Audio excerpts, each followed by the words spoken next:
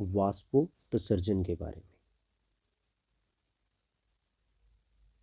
वाष्पोत्सर्जन, आखिर ये वाष्पोत्सर्जन होता क्या है? और फॉर योर काइंड इंफॉर्मेशन मैं ये बता देता हूँ कि ये जो वाष्पोत्सर्जन का क्वेश्चन है ये बहुत बार आ चुका है। 2018 के अंदर आया है, उसके बाद ये काफ़ी बार आया है, मीन्स 2018 के बाद ये 2022 के अंदर आया है, और फिर ये 23 के अंदर भी आया हुआ है, और ये फ्री के 5 नंबर दे के जाता है। चलिए सीखते हैं वाष्पोत्सर्जन क्या होता है। वाष्पोत्सर्जन को हम ट्रांसपिरेशन बोलते हैं अगर इंग्लिश की बात की जाए। तो ट्रांसपिरेशन या फिर वाष्पोत्सर्जन, हम सबको पता है कि पौधों के अंदर जो पत्ते होते हैं, ये हमने क्लास में सीख चुके हैं कि इन पत्तों के अंदर छोटे छोटे होल होते हैं, छोटे छोटे सुराख होते हैं, और इन सुराख को हम बोलते हैं रंध्र। इन सुराख को हम रंध्र बोलते हैं। जो रंध्र होते हैं इनका कार्य हम अभी देखते हैं। देखिए, जैसे पौधा होता है, हमें पता है पौधे के अंदर जब भी पानी डाला जाता है वो जड़ों के अंदर डाला जाता है, और जब हम जड़ों के अंदर पानी डालते हैं तो वो पानी पत्तों तक पहुंच जाता है।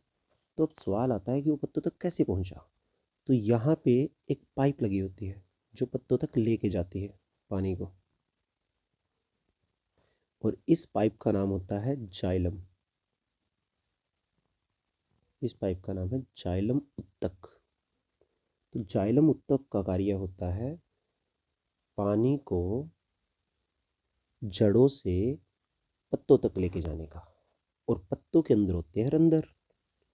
अब जैसे ये पत्ता है, पानी आया और रंध्र से वाष्प बन के, भाप बन के उड़ गया, मतलब एक हिसाब से पानी की हानि हो गई, और रंध्र से पानी की हानि, रंध्र से पानी की हानि, इसी प्रक्रिया को वाष्पोत्सर्जन बोलते हैं। इसी प्रक्रिया को हम बोलते हैं वाष्पोत्सर्जन। तो ये आसान सा है, जब भी पानी की हानि होगी रंध्र के द्वारा, इसी प्रक्रिया को हम वाष्पोत्सर्जन बोलते हैं।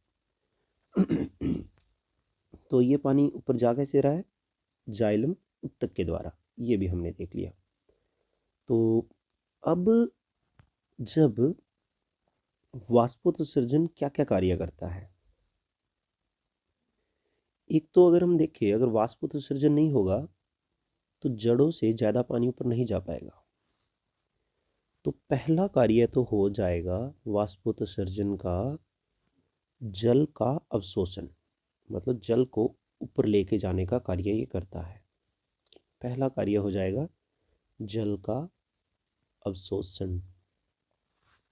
दूसरा कार्य, हम सबको पता है कि जो हम खाद होती है वो हम जड़ों में डालते हैं, जैसे हमारा यूरिया हो गया, नाइट्रोजन हो गई, फॉस्फोरस हो गया, ये सारा हम जड़ों में डालते हैं, और इसको पूरे पौधे में जाना होता है। पूरे पौधे में जाने के लिए जब वाष्पोत्सर्जन होगा, ट्रांसपिरेशन होगा, पानी की हानि होगी, तो वहाँ पे एक प्रेशर बनता है, क्योंकि ऊपर से पानी जा रहा है। अब ये देखिए, यहाँ पे अगर हम इस तरीके से ध्यान देंगे तो यहाँ से पानी का लॉस होता जा रहा है, यहाँ से H2O भाग रहा है बेचारा, और जब यहाँ पे H2O भाग जाएगा सारा तो यहाँ से प्रेशर बनेगा, और प्रेशर बनेगा मतलब, प्रेशर मतलब खिंचाव बनेगा, और इस खिंचाव की वजह से, इस खिंचाव की वजह से पानी के साथ कौन ऊपर जाएगा?